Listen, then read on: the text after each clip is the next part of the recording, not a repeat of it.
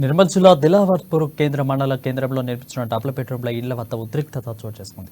మండల కేంద్రంలో గత ప్రభుత్వ హయాంలో 32 డబుల్ బెడ్రూమ్ల ఇండ్లను నిర్మించారు. వాటికి పనులు పూర్తి కాకపోవడంతో లబ్ధిదారులకు అందచేయడంలో ఆలస్యం జరిగింది.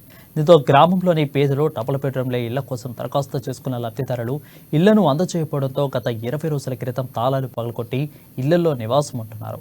దీంతో ఉదయం కలెక్టర్ ఆదేశాల మేరకు తహసీల్దార్ ఆధ్వర్యంలో ఇళ్లను ఖాళీ చేయించేందుకు పోలీసుల సహకారంతో అధికారులు అక్కడికి చేరుకున్నారు.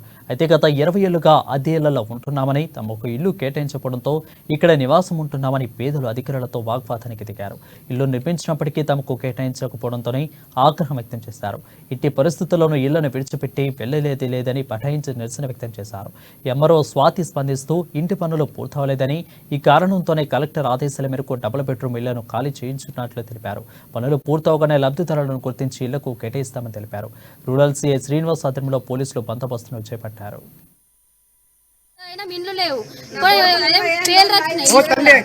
లిస్టులో పేర్లు వచ్చినాయి, 4 సార్లు వచ్చింది, ఫొటోస్ దించకపోయిన్లు, మండలంలోకి వెళ్ళి వచ్చిండ్లు అధికారులు కూడా.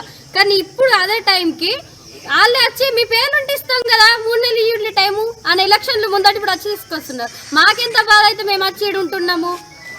ఎవరికైనా అది ఇల్లు ఇస్తే ఉంటది, ఎంత బాధ వచ్చి ఉంటున్నారు. కూలిపోయిన ఇంట్లో మట్టి వెడ్డలల్లా పడి ఉంటున్నాం. చిన్న చిన్న పిల్లలు కూడా ఉన్నారు నాతో పాటు. మాకు బాధ అయ్యి వచ్చి ఇక్కడ ఉంటున్నాం. ఉన్నప్పటికీ ఇల్లు చూడాలా ఎవరినైనా.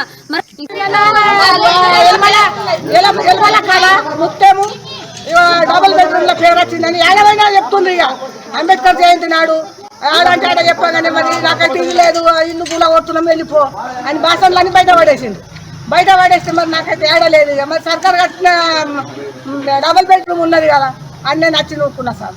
నూక్కున్న దానికి ఇప్పుడు ఇన్ని రోజులు ఏమని లేరు. ఇక ఇప్పుడు మండలం విలేజ్ లో 32 వరకు 2 BHK కన్స్ట్రక్షన్ అయి ఉన్నాయి. బట్ ఇంకా పూర్తి కాలేదు. డ్రైనేజ్ కానీ, కరెంట్ కానీ, వాటర్ కానీ ఏమీ ఇంకా రాలేదు.